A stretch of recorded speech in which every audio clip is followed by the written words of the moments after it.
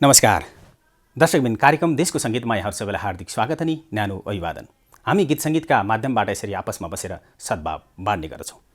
नेपाली लोकसङ्गीतको इतिहासमा नेपाली लोकसङ्गीतको क्षेत्रमा आफ्नो छुट्टै पहिचानसहित आफ्नो छुट्टै व्यक्तित्वसहित स्थापित भइसक्नुभएकी आदरणीय गायिका शर्मिला गुरुङ आज हामीसँग हुनुहुन्छ। उहाँसँग बसेर हामी नेपाली गीत सङ्गीतका बारेमा चर्चा गर्नेछौँ। गीत सङ्गीतले समाजमा कस्तो खालको प्रभाव पारिरहेको छ यी विषयमा केन्द्रित रहेर पनि विशेष चर्चा गर्नेछौँ र तीज पर्वका बारेमा पनि केही कुरा जान्ने र बुझ्ने प्रयास गर्नेछौँ। दर्शकबिन तपाईँको आफ्नै टेलिभिजन नेपाल टेलिभिजनको साथमा रहनुहोला।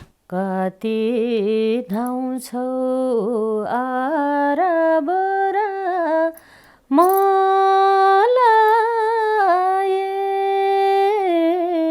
चाहिँदैन धन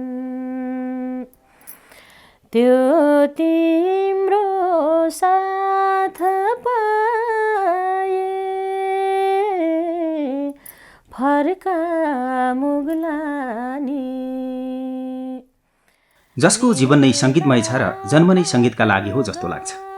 नेपाली लोकदोहोरी क्षेत्रको एक स्थापित र लोकप्रिय नाम हो शर्मिला गुरुङ। पिता वेदबहादुर गुरुङ र माता औसरी गुरुङका 3 सन्तान मध्येको पहिलो सन्तान शर्मिला गुरुङको जन्म विक्रम सम्वत 2035 सालमा स्याङ्जा जिल्ला एलादीचार खाल्टे हालको वालिङ नगरपालिका वार्ड नम्बर 4 मा भएको हो। गीत गाउने रेकर्ड गर्ने रहर र सपना बोकेर स्याङ्जाबाट काठमाडौँ प्रवेश गरेसँगै विक्रम सम्वत 2056 सालमा रेडियो नेपालमा स्वर परीक्षण गरी औपचारिक रूपमा सङ्गीत क्षेत्रमा प्रवेश गर्नुभएकी शर्मिला गुरुङको सङ्गीत मोह र निरन्तरको लगावले आज लोकदोहोरी क्षेत्रमा क्रियाशील मात्र गराएन, त्यत्तिकै लोकप्रिय पनि बनाएको छ।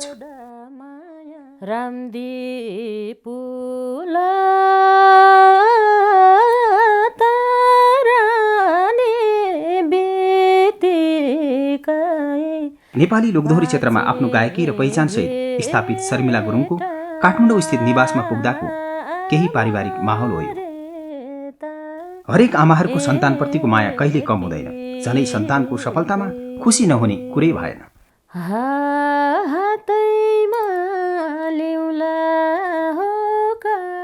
आफ्नो समयको एक लोकप्रिय गायिका शर्मिला गुरुङ, जसको प्रतिभा र गायकीले नेपाली लोक सङ्गीतको विकासमा त्यत्तिकै ठुलो योगदान पुर्याएको छ। जुन स्वरहरूमा सिङ्गो देश र समाजका कथा व्यथाहरूसहित मूलतः प्रेम र जीवनका गहिरा अनुभूतिहरू भोगाईहरू अभिव्यक्त भएका छन्। 3500 भन्दा बढी लोकगीतहरूमा आफ्नो सुमधुर आवाज दिइसक्नुभएकी लोकगायिका शर्मिला गुरुङका थुप्रै एल्बमहरू छन्। गहना, रामदेपुल, रानीघाटैमा, बल्लै भोबेट, अधर्मी पापीले केही प्रतिनिधिमूलक एल्बमहरू हुन् भने निलो पछौरी पहिलो एल्बम हो। 2 दशकभन्दा लामो साङ्गीतिक यात्रा र लोकसङ्गीतप्रतिको समर्पणले आज नेपाली दर्शक र श्रोताहरूमाझ परिचित बनिसकेको लोकप्रिय नाम पनि हो शर्मिला गुरुङ।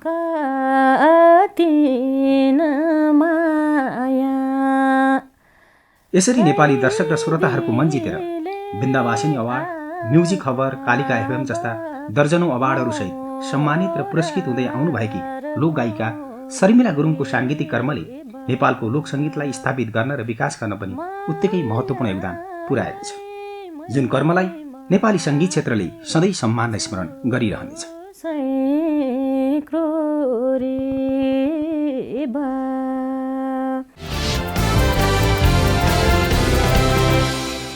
स्वागत छ कार्यक्रम देशको सङ्गीतमा यहाँलाई।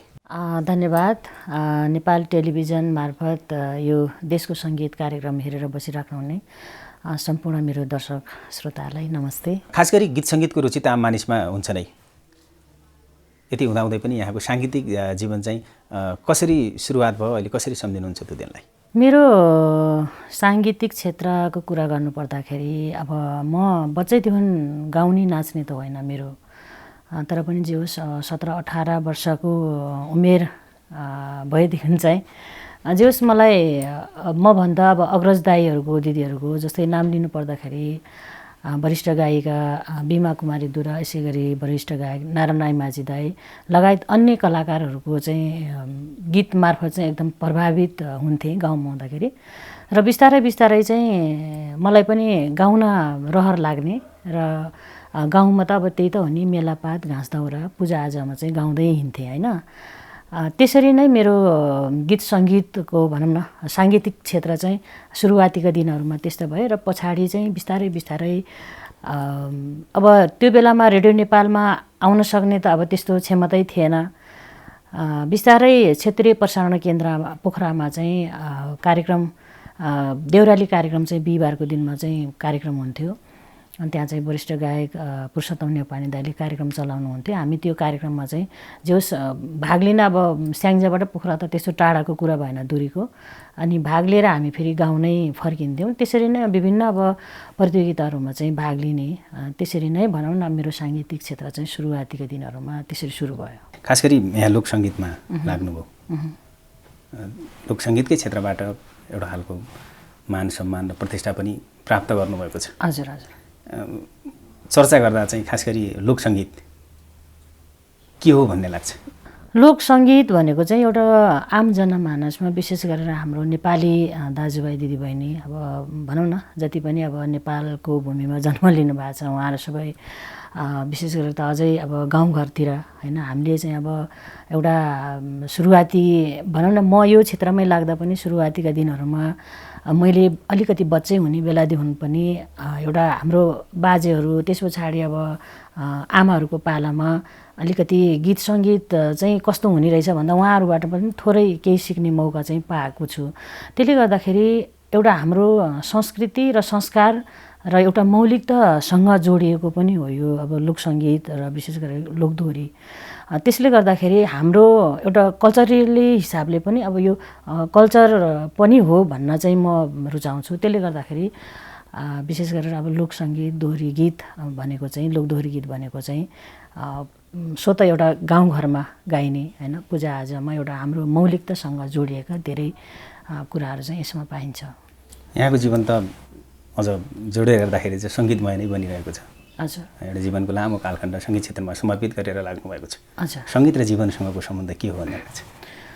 अब मेरो आफ्नो यो व्यक्तिगत र मेरो सङ्गीतको कुरा गर्नु पर्दाखेरि, साङ्गीतिक क्षेत्रको कुरा गर्नु पर्दाखेरि अहिले एउटा नङ र मासु जस्तै भएको छ होइन। किनभने मैले यो क्षेत्रमा लागेको 20-21 वर्षै भइसक्यो, 2 दशक नै पुगिसक्यौँ भनौँ न।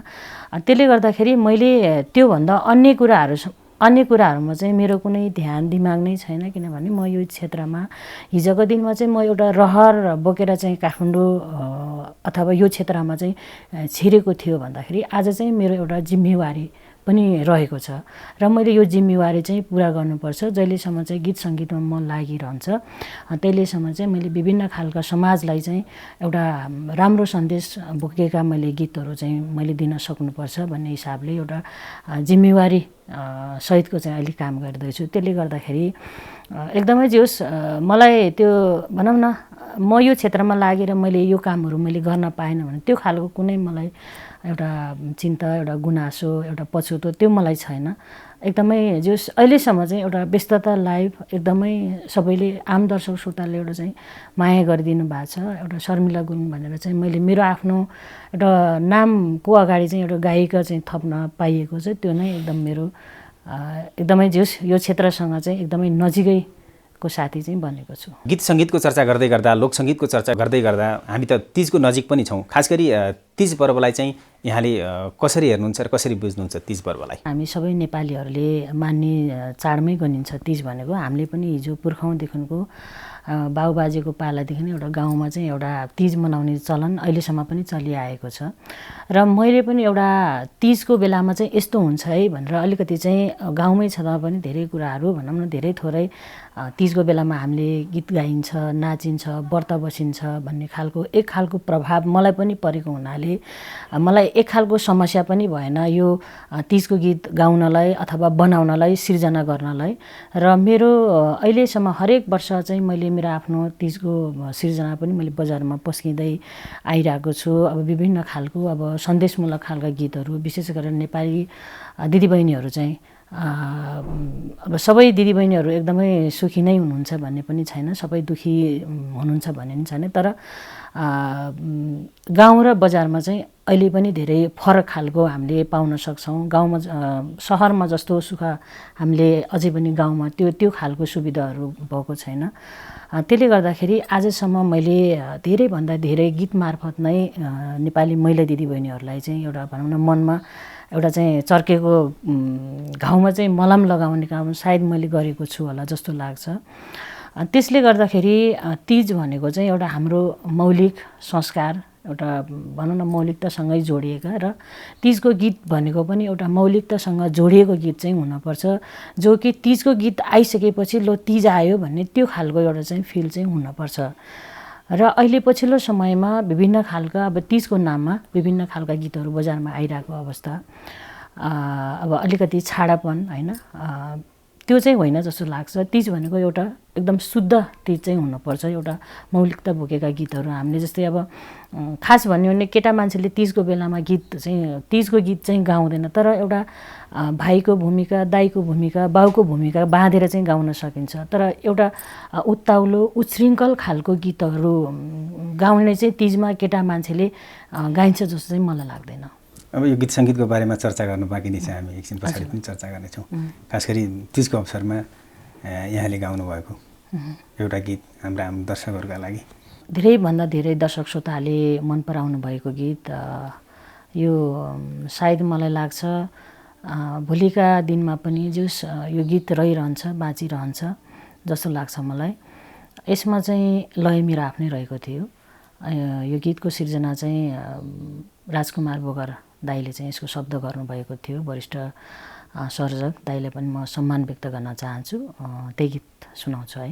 हम फालेर मरौँ कि त्रिशुलीको पानीमा, हम फालेर मरौँ कि त्रिशुलीको पानीमा, घरमा बसौँ सौता छ माइत सानीमा, घरमा बसौँ सौता छ माइत सानीमा, जसलाई आफ्नो सम्झे मैले लाए पोते सिन्दुरा, जसलाई आफ्नो सम्झे मैले लाए पोते सिन्दुरा, आज भोलि उसले नै तर्छ नजरा, आज भोलि उसले नै तर्छ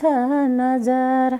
हिजोका दिनहरूमा तीजलाई एउटा आफ्ना दुःखहरू, आफ्ना कथाहरू अभिव्यक्त गर्ने एउटा माध्यमका रूपमा हिजो लिने चलन पनि थियो, एउटा सद्भाव बाँड्नको निम्ति, पारिवारिक मेलका निम्ति, खुसी बाँड्नका निम्ति हिजोका दिनहरूमा त्यसरी गीत सङ्गीतलाई गाउने प्रचलन थियो।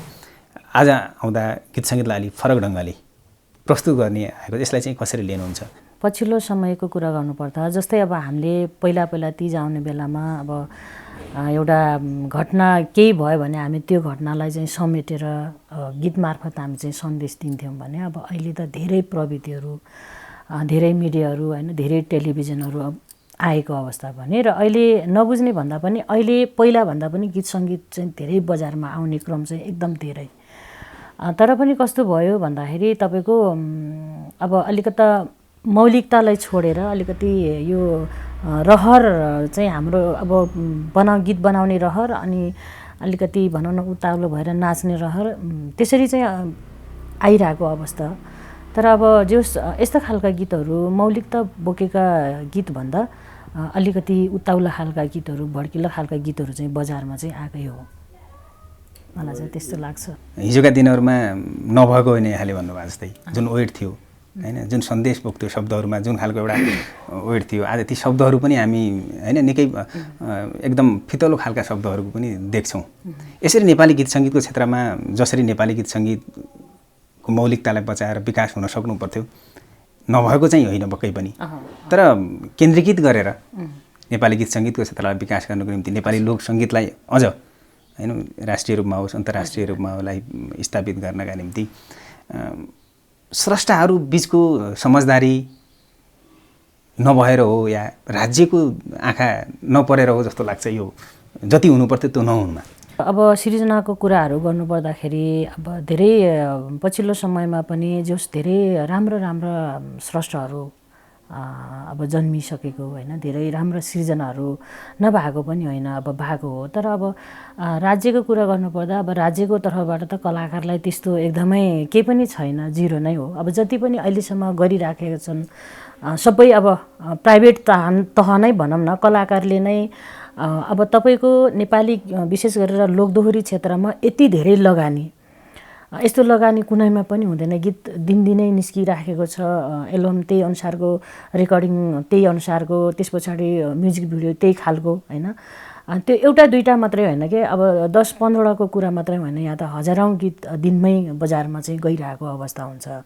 त्यसले गर्दाखेरि अब राज्यबाट त त्यस्तो कुनै पनि अब यो विशेष गरेर गीत सङ्गीतलाई, नेपाली लोकदोहोरीलाई भनेर त्यस्तो खालको त मैले अहिलेसम्म अब हामी कलाकार राज्य कहाँ पुग्न नसकेको अथवा राज्यले नगरेको त्यो त अब म पनि त्यति बुझ्दिनँ होइन। त्यसले गर्दाखेरि जे होस्, हामी प्राइभेट सेक्टरबाटै जति पनि कलाकारहरूले लगानी गरिराख्नु भएको छ, एकदम धेरैभन्दा धेरै चाहिँ यो क्षेत्रलाई चाहिँ लगानी गरेको अवस्था। तर अब गीत सङ्गीत पहिलाको जस्तो अहिले चाहिँ कस्तो भने स्रष्टाकै सिर्जनाकै कुरा गर्नुपर्दाखेरि पहिलाभन्दा त धेरै नै हो, धेरै राम्रो छाँटिएर आएको हो, आउनलाई चाहिँ नआउने होइन। तर पनि तपाईँले भने जस्तै अलिकति स्रष्टा बिच नै अलिकति समझदारी नभएको, त्यो पनि हुनसक्छ, अलिकति कम्युनिकेसन नभएर पनि हुनसक्छ।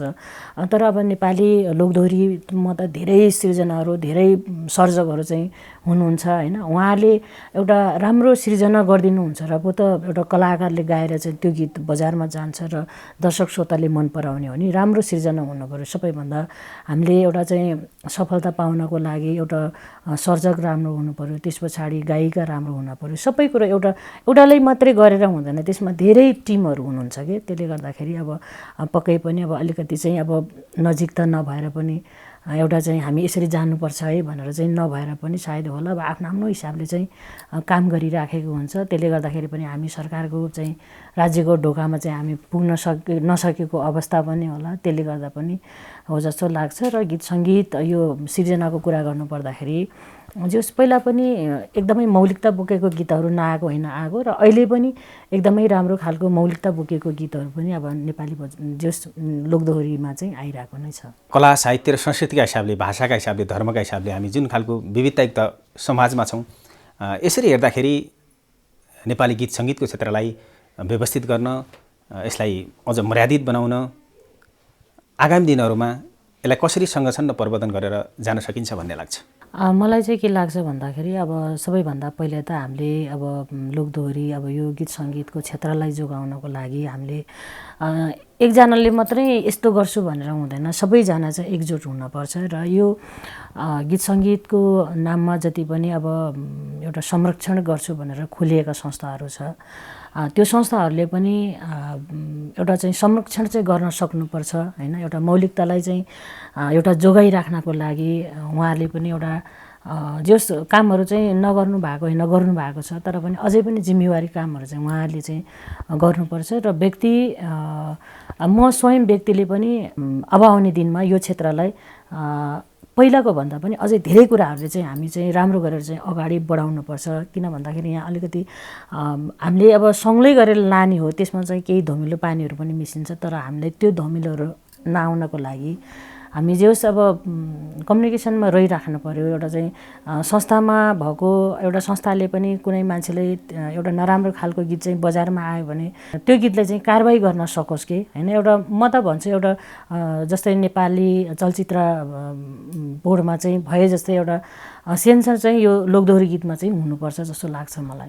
हुन त यहाँका हजारौँ गीतहरू नै लोकप्रिय छन्, सबै सिर्जनाहरूको उत्तिकै माया त हुन्छ नै, त्यत्तिकै प्रिय त हुन्छ नै, तर खास गरी आफ्नै जीवनमा पनि त्यो गीत गाउँदा आनन्द आउने, अहिले यो समयमा आउँदाखेरि आफ्नै जीवनमा पनि आनन्द आउने गीत चाहिँ कुन छनौट गर्नुहुन्छ? धेरैभन्दा धेरै गीत गाइरहेको हुन्छ। अब गीत त अब आफूलाई जस्तै अब स्टुडियोमा गए, भित्र गए, जुन गीत गाए त्यही गीत राम्रो लाग्छ, यो गीत मेरै लागि बनेको जस्तो लाग्छ आफूलाई होइन। एउटा चाहिँ भावमा डुबेर हामी गाइन्छौँ, किनभने एउटा कलाकार भइसकेपछि एउटा मेहनत गर्नु एकदमै जरुरी छ होइन, अब बुझ्नुपर्ने हुन्छ।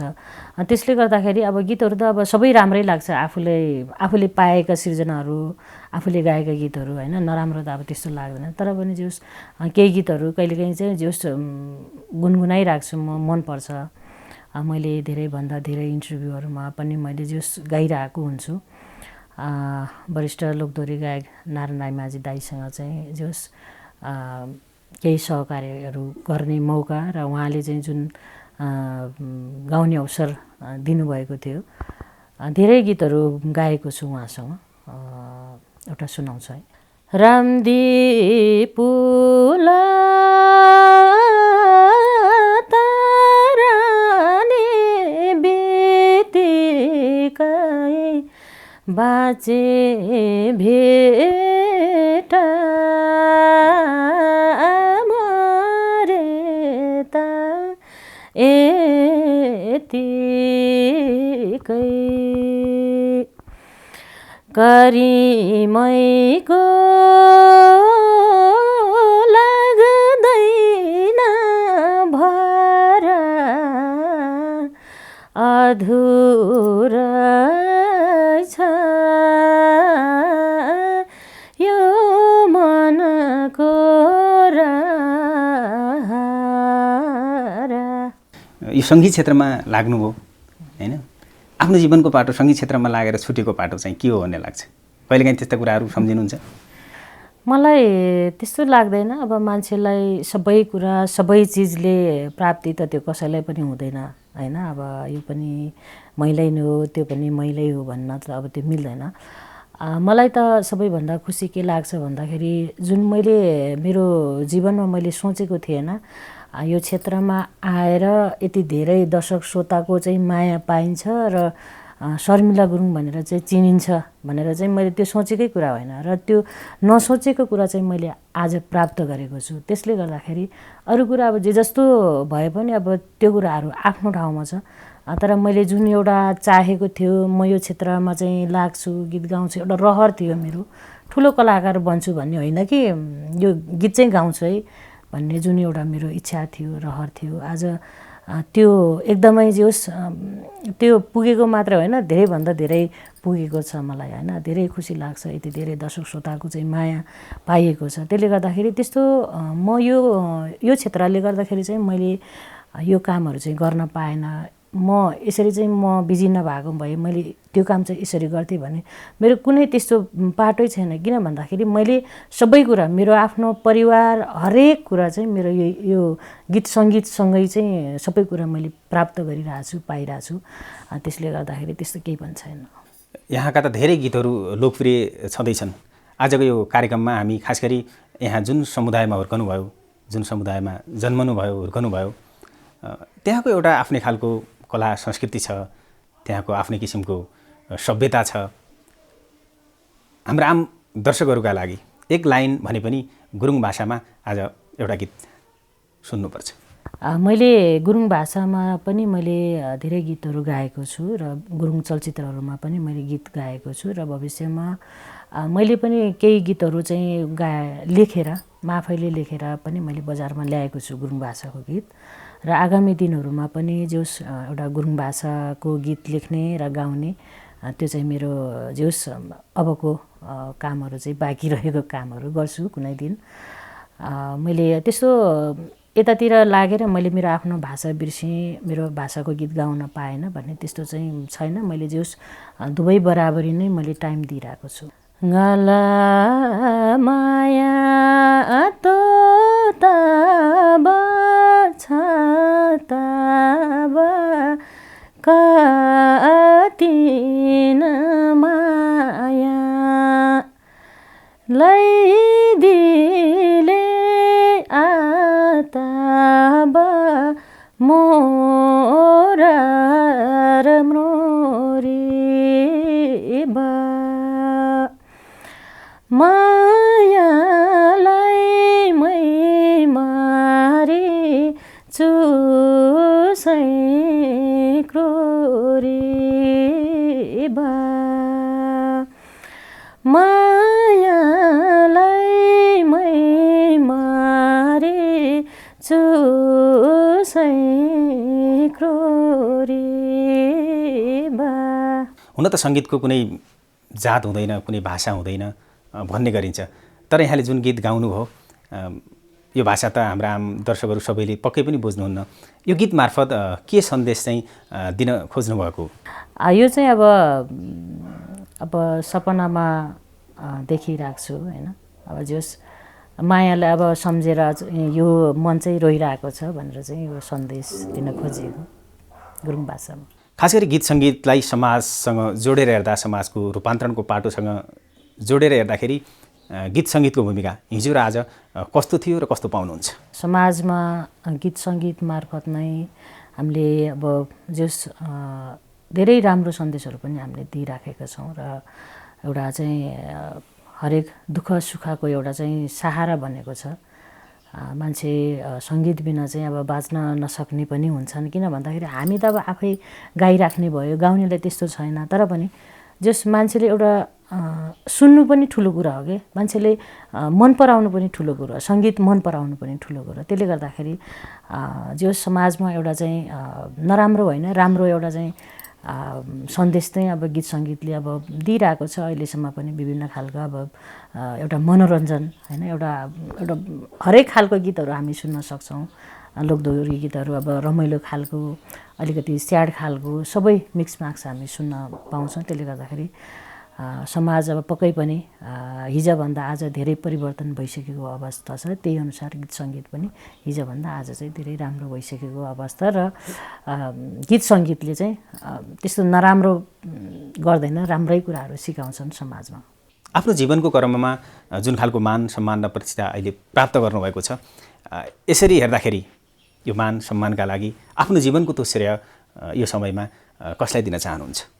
यसको श्रेय त सबैभन्दा पहिला त मलाई अब जन्म दिने आमा, त्यस पछाडि भगवान् होइन, त्यस पछाडि अब हिजोका दिनमा मलाई गीत गाउन मन लाग्दाखेरि जति जोले चाहिँ मलाई यो क्षेत्रमा चाहिँ लाग्नुपर्छ, अब तिम्रो चाहिँ राम्रो छ। अझ पनि म चाहिँ के थियो भन्नुहुन्छ भने पोखरामा बस्थेँ पहिला चाहिँ, जो सुरुमा सबैजनाले काठमाडौँ चाहिँ जानुपर्छ भन्ने खालका मेरो अब विभिन्न खालका इष्टमित्रहरू सबैजनालाई चाहिँ म यो श्रेय चाहिँ दिन चाहन्छु। यो महत्त्वपूर्ण समय आफ्नो सुमधुर आवाजका निम्ति हामी हाम्रो कार्यक्रमको तर्फबाट यहाँलाई हार्दिक आभार व्यक्त गर्न चाहन्छौँ। यहाँहरूले यो स्थान दिनुभयो, मलाई एकदम खुसी लाग्यो। 2-4 शब्द मेरो दर्शक श्रोता माझ पुर्याउने यो अवसर दिनुभयो, त्यसको लागि धेरै धेरै आभार व्यक्त गर्न चाहन्छु। नमस्ते। दर्शकबिन, आजको यो विशेष श्रृङ्खलामा हामीले नेपाली लोक सङ्गीतको इतिहासमा आफ्नो छुट्टै पहिचानसहित, आफ्नो छुट्टै व्यक्तित्वसहित स्थापित भइसक्नुभएकी वरिष्ठ लोकगायिका शर्मिला गुरुङसँग बसेर उहाँका केही सुमधुर आवाजहरू प्रस्तुत गऱ्यौँ र उहाँसँग बसेर हामीले नेपाली गीत सङ्गीतका बारेमा चर्चा गऱ्यौँ र उहाँको व्यक्तित्वबारे पनि केही थप कुराहरू जान्ने र बुझ्ने प्रयास गऱ्यौँ। कार्यक्रमको अर्को श्रृङ्खलामा यसरी नै देश, माटो र जीवनप्रति समर्पित स्रष्टाका विशेष आवाजसहित यहाँहरूसँग भेटघाट हुने नै छ। तबसम्मलाई म कार्यक्रम प्रस्तुता सुवर्ण हमाल लगायत सम्पूर्ण युनिटलाई बिदा दिनुहोस्। नमस्ते, शुभ पल।